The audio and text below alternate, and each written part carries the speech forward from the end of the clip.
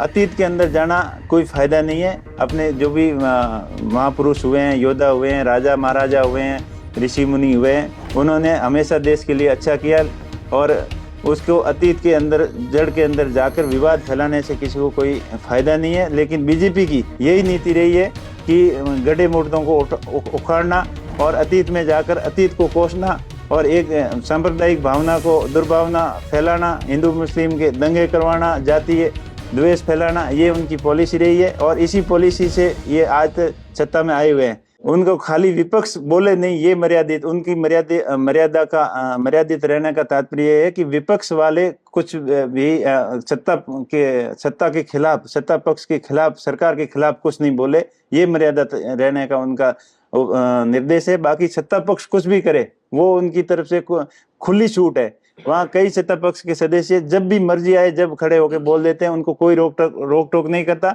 लेकिन विपक्ष का कोई भी सदस्य नहीं, लेकिन लीडर ऑफ ऑपोजिशन भी बोलता है तब भी उनको टोक दिया जाता है, नीचे बिठा दिया जाता है। इंडिया गठबंधन के एक सदस्य ने महाराणा सांगा पर एक टिप्पणी की थी, उसके बाद में संसद से लेकर सड़कों पर हंगामा हो रहा है।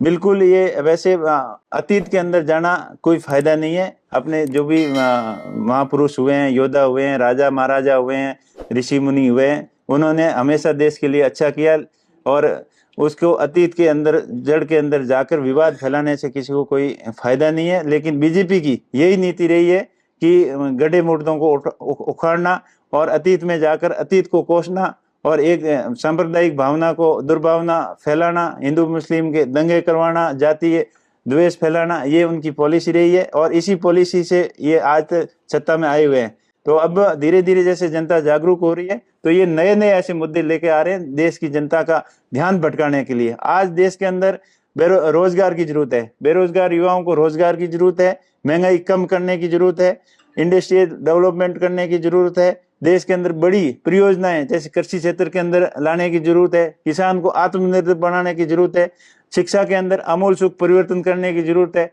अब नई शिक्षा नीति तो कह रहे हैं लेके आ रहे हैं, नए यूनिवर्सिटी खोल रहे हैं, नए मेडिकल कॉलेज खोल रहे हैं, वैकेंसियां बढ़ा रहे हैं। लेकिन वर्तमान स्थिति के अंदर जो भी मेडिकल कॉलेज हैं, जो भी स्कूल हैं, जो भी यूनिवर्सिटी है, उसके अंदर पर्याप्त स्टाफ बिल्कुल नहीं है। स्कूलों की हालत में बात करें तो यहाँ 40 से 50% अपने क्षेत्र के अंदर खाली है। पूरे देश की बात करें तो 25-30% पद हर जगह खाली है।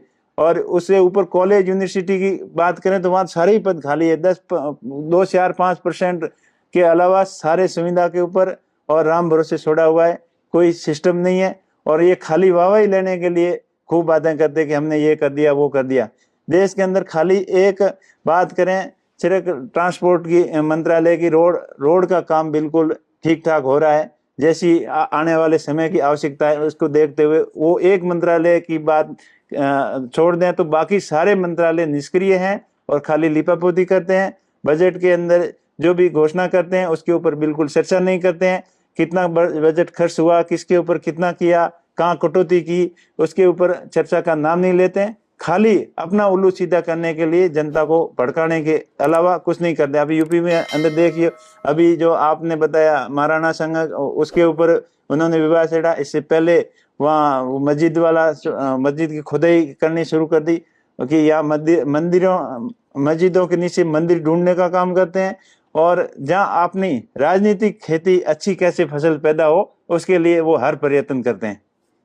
सर, अमित शाह ने एक कार्यक्रम में कहा कि जिस वक्त हमने राहुल गांधी को बोलने का संसद में सभापति मौका दिया उस वक्त वो वियतनाम में थे और हमने 42% जो समय था वो उनको बोलने के लिए दिया था। अब वो किससे बुलवाते हैं और वापस लौटने के बाद वो जिद कर रहे हैं कि मैं बोलूंगा, क्या कहेंगे?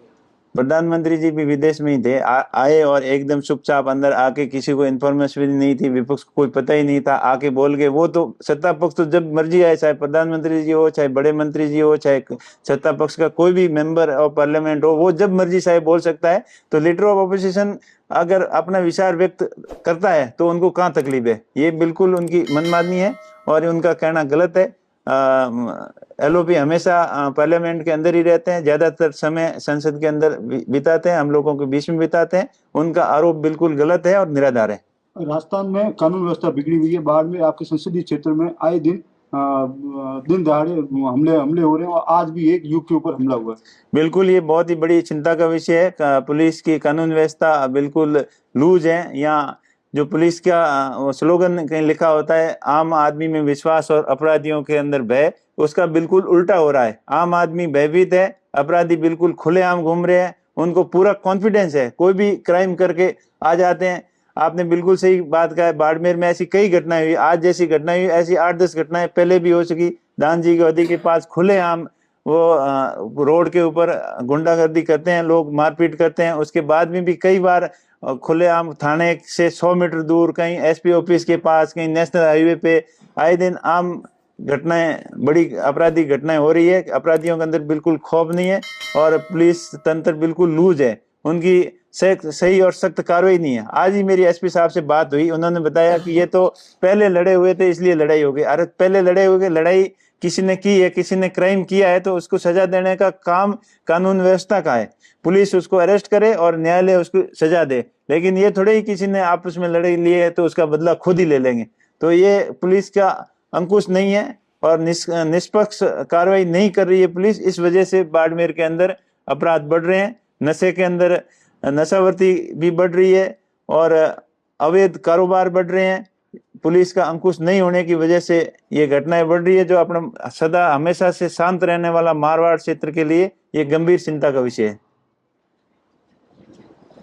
आप ही के पार्टी के विधायक हरीश चौधरी जी ने एक दिन सदन में कहा कि बाड़मेर के जो कलेक्टर हैं वो निष्पक्ष नहीं है, यहाँ के ब्यूरोक्रेट्स हैं वो निष्पक्ष नहीं है, दबाव में, क्या कहेंगे उस पर? बिल्कुल, ये तो खुला है, सत्ता का पूरा दबाव है। बाड़मेर कलेक्टर की क्यों बात करें, हर जगह के कलेक्टर दबाव के अंदर है। आज जो ग्राम पंचायतों के प्रस्ताव, पुनर्गठन के प्रस्ताव ले रहे हैं, जो एक कोई बड़ा जनप्रतिनिधि हो, प्रधान हो, सरपंच हो, किसी की नहीं सुन रहे हैं, सत्ता एमएलए की भी नहीं सुन रहे, जो विपक्ष के हैं उनकी, और अपनी पूरी मनमानी से काम कर रहे हैं। किस गांव को कहां से उठा के कहां पटकना है। अब कोई गांव उसके पुरानी ग्राम पंचायत के पास में है, उसको नया पुनर्गठन के उसको 8-10 किलोमीटर दूर, 5 किलोमीटर दूर, 7 किलोमीटर दूर अपनी मर्जी से कर रहे हैं। ये तो पंचायत पुनर्गठन की बात हुई। बाकी आम जो रोजमर्रा के काम है वो भी उसके अंदर पूरी पक्षपात होती है। कानून, किसी ने क्राइम कर दिया और सत्ता पक्ष वाले के पास में उसकी चरणों में चला गया तो उसको भी आशीर्वाद पूरा मिल जाता है। तो इस तरीके से हर जगह निष्पक्ष काम नहीं हो रहा है, पूरी पक्षपाती के साथ में काम हो रहा है। ऐसा कभी नहीं देखा। अभी मुख्यमंत्री जी कल आपके बाड़मेर आए थे, वहाँ यहाँ बोल के गए थे, बड़े जोर जोर से बोल रहे थे कि हमारी सरकार बनने के बाद में एक भी पेपर लीक नहीं हुआ। तो आपने पेपर कराई नहीं तो लीक कहाँ से होंगे? अगर आप पेपर करवाते, भर्तियां निकालते, जो आपने 5 लाख भर्तियों की घोषणा की थी वो उसकी वैकेंसी निकालते, अभी तक तो कोई प्रक्रिया ही आपने पूरी शुरू नहीं की, कोई एक आधी परीक्षा ही आपने करवाई नहीं, तो आप कहाँ से पेपर लीक हुए? ऐसे ही दबाए बैठे रहोगे तो अपने आप लीक नहीं होंगे।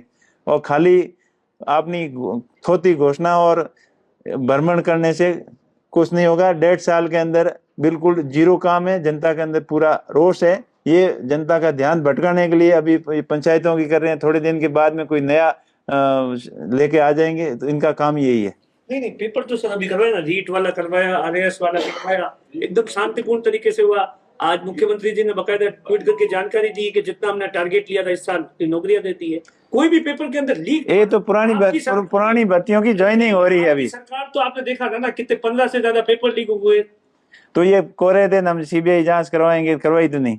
ये तो खाली ध्यान भटकाने के लिए कह रहे हैं। सीबीआई जांच की मांग कर रहे थे, सीबीआई पूरी तो होने तो उसके बाद सीबीआई भी करवा देंगे। जब एसओसी वो तो अपनी मनमर्जी से करवा रहे हैं कि किसको पटकना है, किसको लाना है, किसको राहत देनी है, ये उठा पटक चल रही है, जांच नहीं चल रही है।